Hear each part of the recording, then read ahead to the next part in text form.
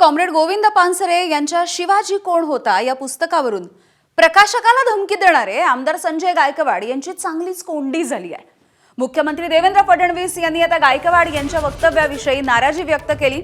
अशा पद्धतीने शिवराळ भाषा वापरणं अयोग्य आहे असं देखील मुख्यमंत्र्यांनी ठणकावलंय। तर दुसरीकडे उपमुख्यमंत्री शिंदेंनी या प्रकरणावरती प्रतिक्रिया दिली आहे। संजय गायकवाड यांना समज दिल्याचं देखील शिंदेंनी सांगितलं।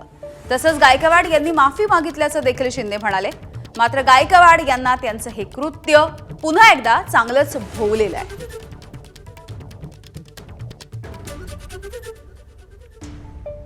एक तर गोष्टी समजून घेतल्या पाहिजेत, त्या समजून न घेता आपण जेव्हा साकांड तांडव करतो त्यावेळेस ते योग्य होत नाही।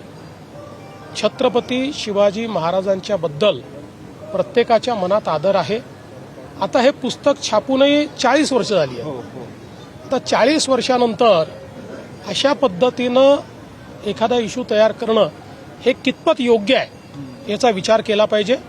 आणि विशेषतः अशा पद्धतीनं शिवराळ भाषा वापरणं हे काही मला योग्य वाटत नाही। मला असं वाटतं की निश्चितपणे माननीय उपमुख्यमंत्री एकनाथरावजी शिंदे साहेब त्यांना योग्य ती समज देतील।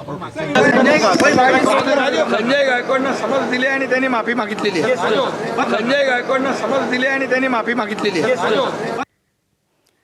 तर आमदार संजय गायकवाड यांनी फोन करून शिवीगाळ आणि धमकी दिल्याच्या नंतर प्रकाशक प्रशांत आंबी आणि डाव्या चळवळीमधील कार्यकर्त्यांनी आज कोल्हापूरमधल्या अप्पर पोलीस अधीक्षकांची भेट घेतली।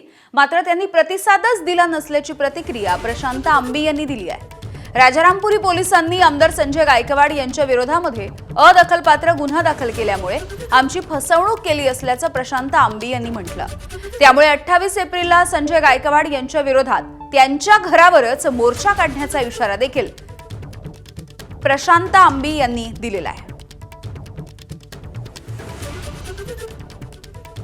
लोकशाही मार्गाने ज्यांचा दबाव आहे, ज्या गृहमंत्री खात्याचा दबाव आहे, त्या मुख्यमंत्री फडणवीसांचा पुतळा आम्ही जाळणार आहोत आणि तोही लोकशाही मार्गाने आम्हाला तो अधिकार आहे। आणि 28 तारखेला भारतीय कम्युनिस्ट पक्ष तसेच सर्व पुरोगामी डावे पक्ष संघटना या आणि शिवप्रेमी या सगळ्यांच्या वतीने ज्यांनी मला जीभ हासडण्याची भाषा केली होती, ज्यांनी मला जीवे मारण्याची धमकी दिली होती, जे मला घरात घुसून कोल्हापुरात मारणार होते, ते काय आले नाहीत। आम्हीच त्यांच्या घराच्या बाहेर जाऊन त्यांच्या घरावर मोर्चा काढणार आहोत। एबीपी माझा, उघडा डोळे बघा नीट।